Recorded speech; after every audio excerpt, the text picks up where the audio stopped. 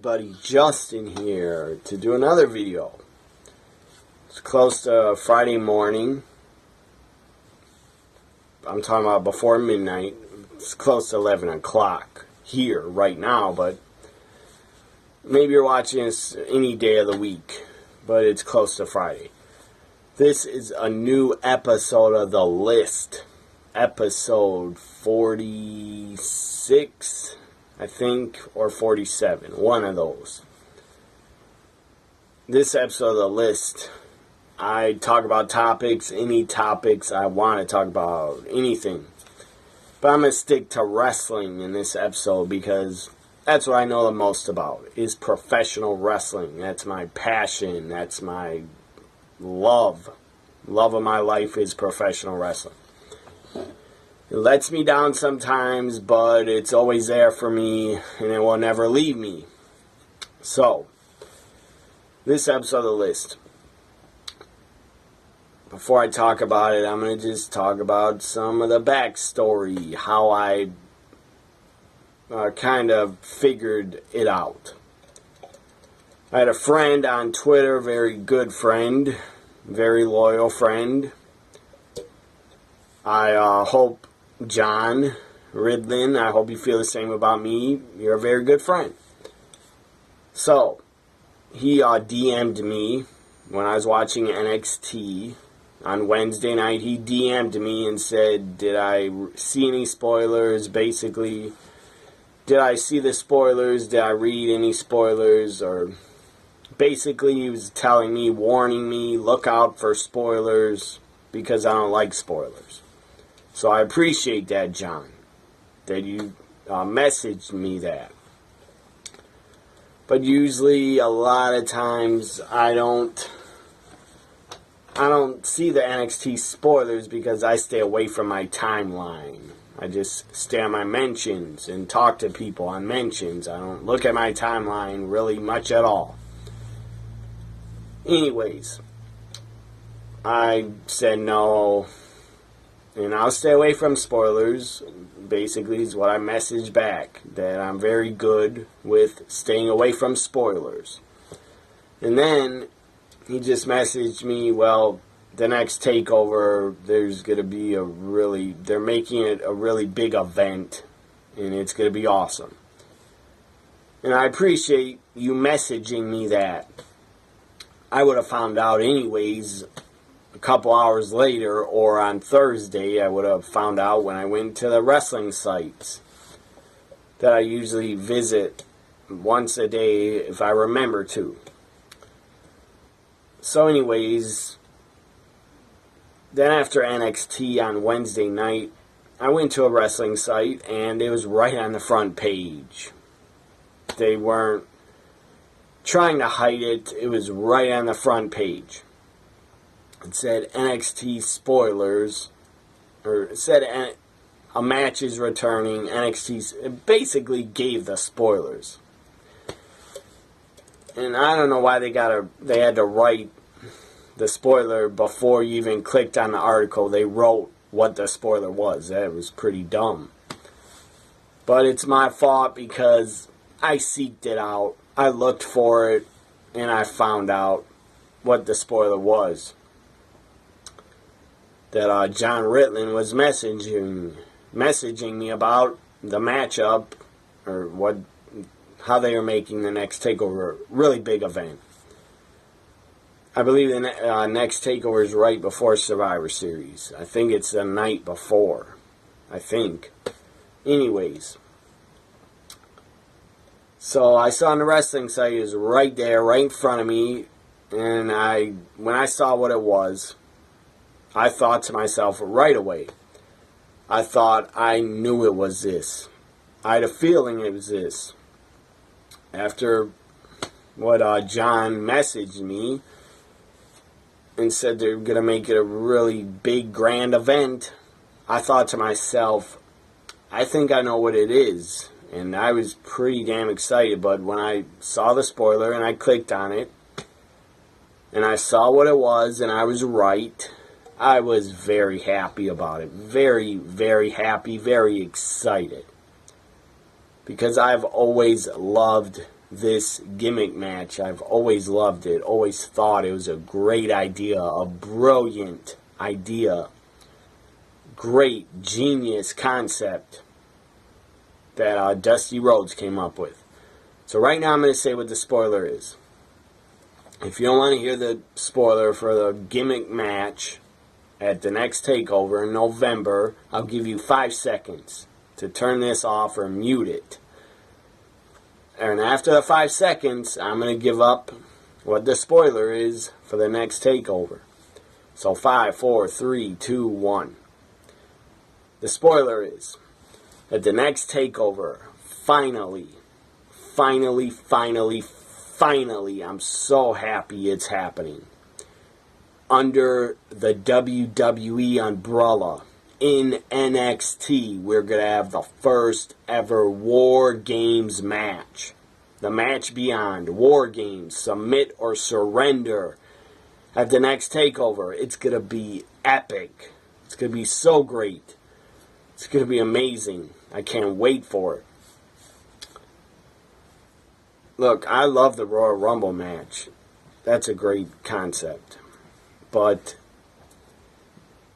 the War Games is on another level. It's just a great gimmick match. The Rumble's right here, way up here, and War Games is probably right under it. It's a damn exciting match.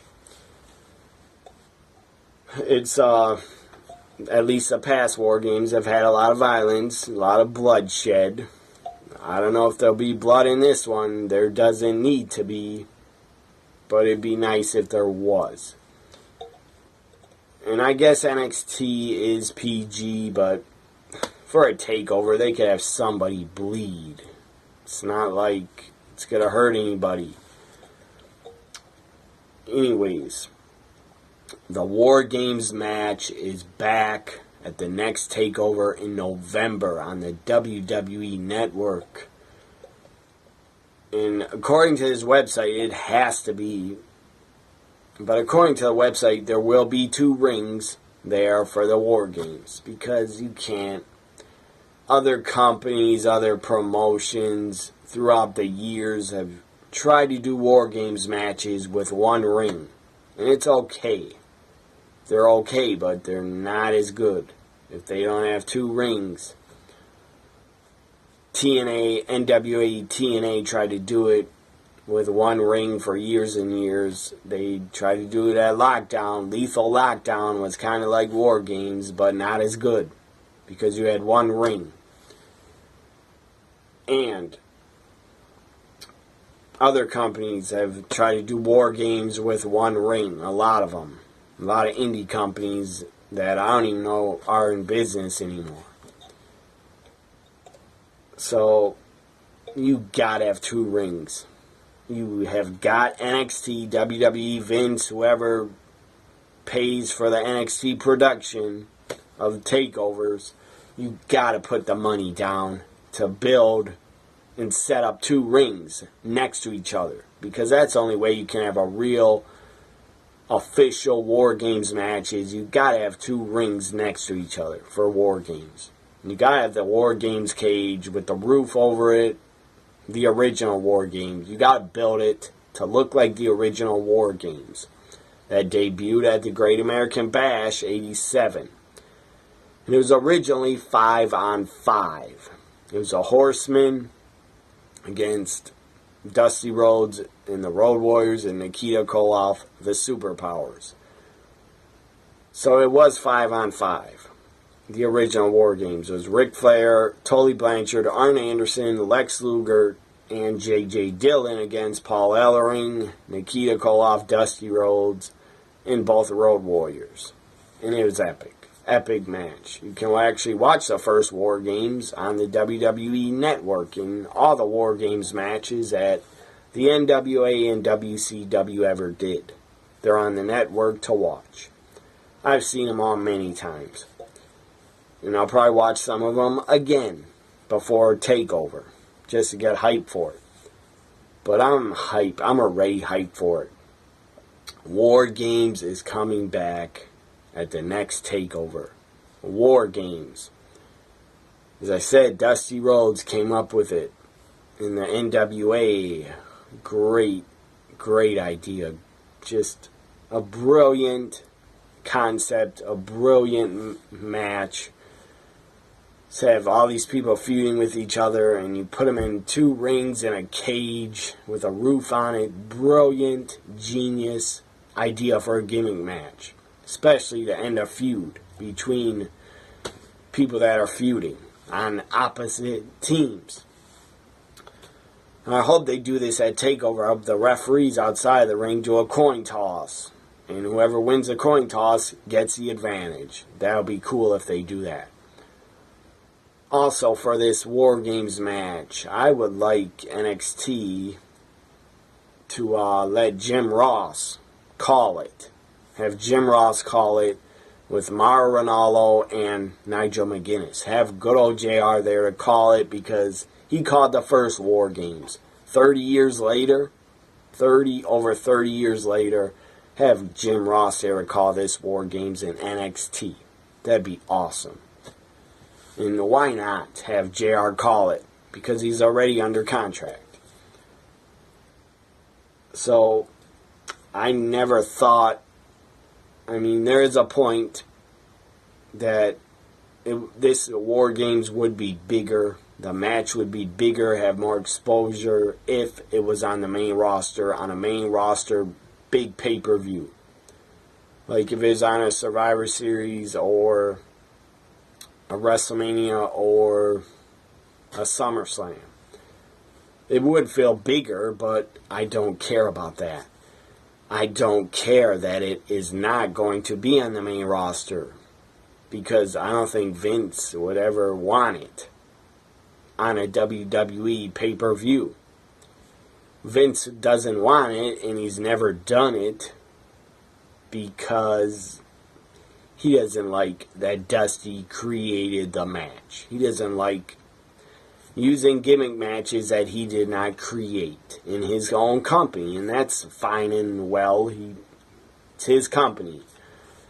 He doesn't have to do other gimmick matches that he didn't come up with.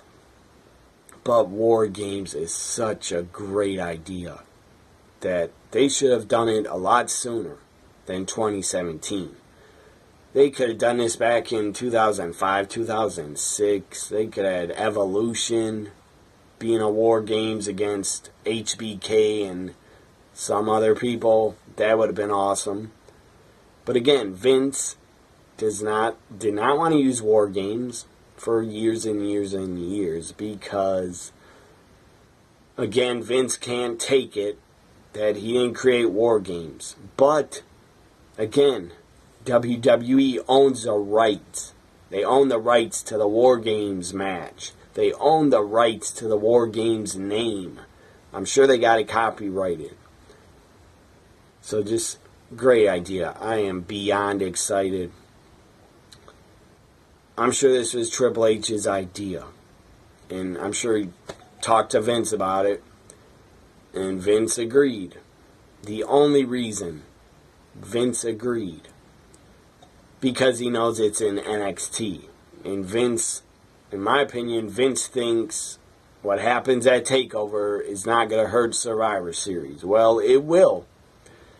Because there's no chance in hell, and no pun intended, I'm not talking about the Vince McMahon theme song, Mr. McMahon, no chance in hell theme, but there's no chance in hell Vince actually thinks that Survivor Series will be better than War Games and TakeOver.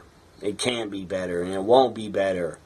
But Vince probably thinks I'll let Triple H put on War Games, probably just to get more subscriptions, and that's a smart move, because you always could use more subscriptions to the network. But Vince thinks I'll let him put on his little War Games match, and it won't affect the main roster. It won't affect Survivor Series. Yes, it will. Because all the hardcore fans, or the really passionate fans like me, that are hardcore WWE NXT fans, they're going to look back at Survivor Series and think, NXT TakeOver was way better because they had War Games and Survivor Series did not. The only way Survivor Series could be close to War Games at TakeOver, the only way they could get close to that is by having the 4 horsewomen of MMA against WWE's 4 horsewomen in a 4-on-4 Survivor Series elimination. That'd be entertaining. That'd be something I'd like to see. But I don't think they'll do that at Survivor Series. I just don't. I guess Shayna Baszler, I guess she's under contract. And finally signed a WWE contract because now she's at the Performance Center training. But this is about War Games, the return of War Games under the bright lights of NXT and the WWE umbrella on a big stage. A lot of new fans that haven't watched or weren't born after the last War Games in '98. A lot of the new fans probably don't even know what a War Games match is. Well, watch TakeOver and you will love it. I guarantee you, you will love it if you've never seen a War Games. If you've never seen a War Games, go back on the network or watch the War Games collection. Damn entertaining matches. Except for '93. '93 War Games was bad. The talent wasn't bad, but the match didn't work. The match, nobody clicked. It wasn't good. '93 was bad, and '98 was really bad. Because you had the Warrior in there, and he sucks. So anyways, I'm ecstatic. The War Games match, the match beyond, is coming back at TakeOver in November 2017. We haven't 30 years old. War Games, I didn't even really think about it, but War Games is over 30 years old because it debuted on July 4th, 87.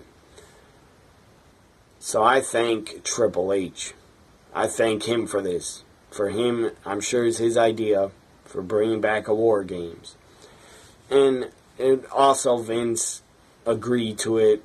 Vince approved it because I guarantee you it's going to cost probably a lot more money to have another ring there and to build that War Games cage. It's probably going to cost probably a couple $1 million. I'm not sure, but then you got to build a bigger lighting structure around the 2 rings, I believe. And you're probably going to have to push maybe 1 or 2 rows of seats back to fit 2 rings. I'm not sure. But anyways, at the end of the year, I believe before January, WWE Network and WWE does a conference call where they announce new subscription numbers. Because they announce their new subscription numbers after Survivor Series. So I think this War Games match could bump up the subscription numbers a lot. Possibly 500,000 more might subscribe just to see the War Games. A lot of stupid people that are not passionate wrestling fans are going to just get the network free for a month just to watch War Games, and they won't pay for it after November. Watch that happen. Those people that do that you're pathetic. And you're not real wrestling fans if you just want to get it for one free trial for 30 days. And you don't want to pay $9.99, you're pathetic. And that pisses me off. Because you're not a real fan if you're just trying to get it for a month for free. So, I'm so excited. The War Games is back. I will never stop saying that. I love it. I love that it's coming back. The teams in it could change. They could switch it up. But as of now, the teams for War Games are Sanity. Eric Young, Killian Dane, Xander Wolf, or whatever the guy's name is. I forget his name. Alexander Wolf or something. Sanity as a 3-man team. Undisputed. What the hell's their other name? Undisputed something. Adam Cole, Bobby Fish, Kyle O'Reilly. They're the other 3-man team. And the other 3rd-man team is the Authors of Pain with Paul Ellering. That's a great. That's great. They're added to the match because Paul Ellering was involved in the very first War Games. So that'll be cool that he'll be outside the ring. So the Authors of Pain and their partner is, this is odd, their partner is Roderick Strong. That doesn't seem like a good fit to have Roderick Strong with him, but maybe he turned heel on the tapings. I don't know if he turned heel. But he did face off with Adam Cole, Fish, and O'Reilly, and Roderick Strong was staring at him like, maybe I should join him. But he didn't join him. He joined the Authors of Pain. That doesn't seem like a good fit for Roderick Strong. And I don't think Roderick Strong would be that good of a heel. I just see him as a babyface. So the War Games is back. I can't wait for it. Because I love the War Games match. And it's so awesome that it's being brought back by WWE to be presented on a grand stage in NXT. And you could say NXT is a level down, that it should be on the main roster. I disagree. NXT is a perfect fit for a War Games. Much better fit than the main roster, in my opinion. Hope you enjoyed this episode of The List, where I talked about the War Games match coming back in about over a month. Like a month and 2-3 weeks away from the War Games match on the network at the next TakeOver. I can't wait for it. Instead of 3 teams, I wish it was just 5-on-5. To me, that'd be better. Bye for now, everybody.